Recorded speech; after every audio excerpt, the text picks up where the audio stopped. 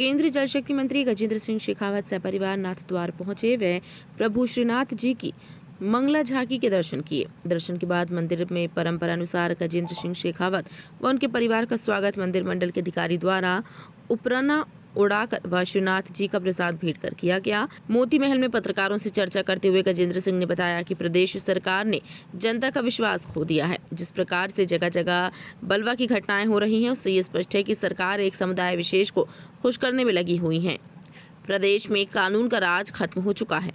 वर्तमान सरकार जिस तरह से धार्मिक उन्माद फैला करके समाज को मजहब के आधार पर बांटने की कोशिश कर रही है,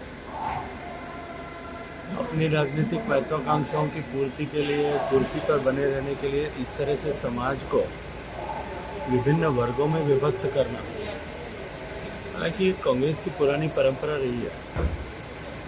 आज़ादी के समय से लेकर के आज तक का यदि भारत का इतिहास उठा करके देखें तो मज़हब के आधार पर, धर्म के आधार पर, ऊंच नीच के आधार पर, छोटे बड़े के आधार पर, शहर और किसान के आधार पर, मजदूर और मालिक के आधार पर इस तरह के बंटवारे करने का कांग्रेस पार्टी का इतिहास रहा है। लेकिन वर्तमान में जब देश आज़ादी का अमृत महोत्सव मना रहा है और आज़ादी के 75वें साल में प्रवेश कर चुका है, तो निश्चित रूप से हम सब लोगों के लिए चिंताजनक भी है।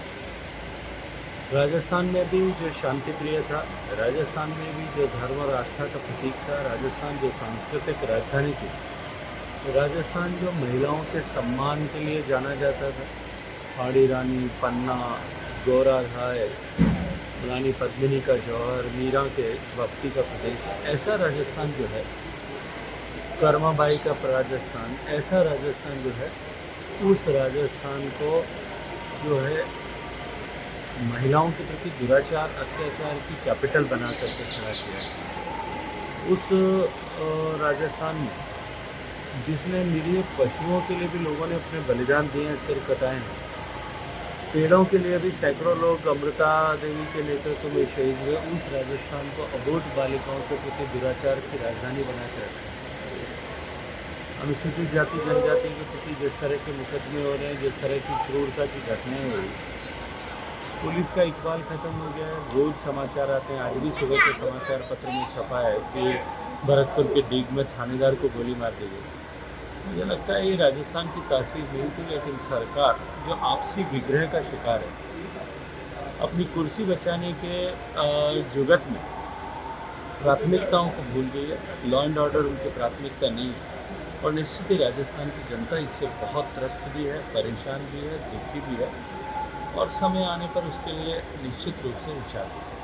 देखिए, साथ में गहलोत साहब ने यह भी कहा कि जो है इसकी जांच अमित शाह जी को कराई जानी चाहिए, अमित शाह जी को भारत सरकार द्वारा कराई जानी चाहिए। मुझे लगता है कि इससे अच्छा कुछ नहीं होगा कि गहलोत साहब ये जो करौली में दंगा हुआ, जोधपुर में जिस तरह की घटनाएं हुई, बलवा किया, जिस तरह से जो है भीलवाड़ा में जिस तरह की घटनाएं हुई है, उनकी जांच तुरंत सीबीआई को सौंप दें। यदि उनको लगता है कि भारत सरकार सही जांच कर पाएगी या भारत सरकार की एजेंसी सही जांच कर पाएंगी, उनको सौंप दें। और मुझे लगता है कि एक बार सौंपने का साहस करेंगे तो निश्चित ही दूध का दूध और पानी का पानी हो जाएगा। देखिए, ये प्राथमिकताओं को तय करने का विषय। जिस दिन जोधपुर जल रहा है, जोधपुर में जो है बलवाई उत्पात कर रहे थे, तोड़फोड़ कर रहे थे, लोगों के साथ मारपीट कर रहे थे, छुरेबाजियाँ कर रहे थे, उस समय माननीय मुख्यमंत्री जी जो है फूलों के गुलदस्ते ले रहे थे, अपनी जन्मदिन की शुभकामनाएं स्वीकार कर रहे थे। तब भी मैंने कहा था कि जब रोम जल रहा था तो नीरो बंसी बजा रहा था, और ठीक उसी तरह की परिस्थितियाँ उस दिन में थी। और उसके बाद में बजाय जोधपुर आकर के यहाँ शांति सौहार्द स्थापित करने के,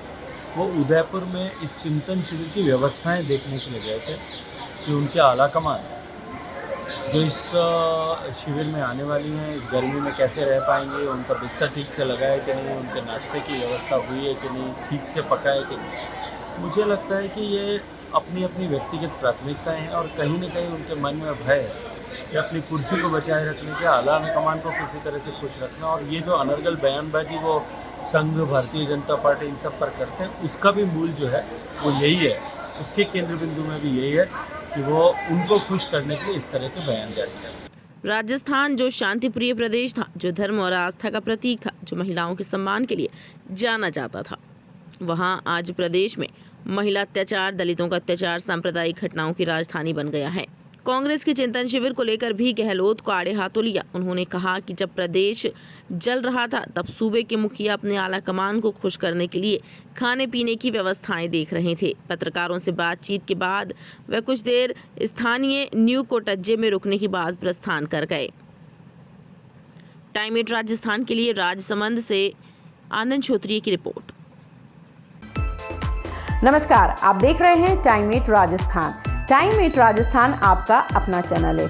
अगर अब तक आपने चैनल को सब्सक्राइब नहीं किया है तो चैनल को सब्सक्राइब कर लें। इसके साथ ही चैनल को लाइक, फॉलो और शेयर करना बिल्कुल ना भूलें। हमें इंतज़ार बना है आपके कमेंट्स का।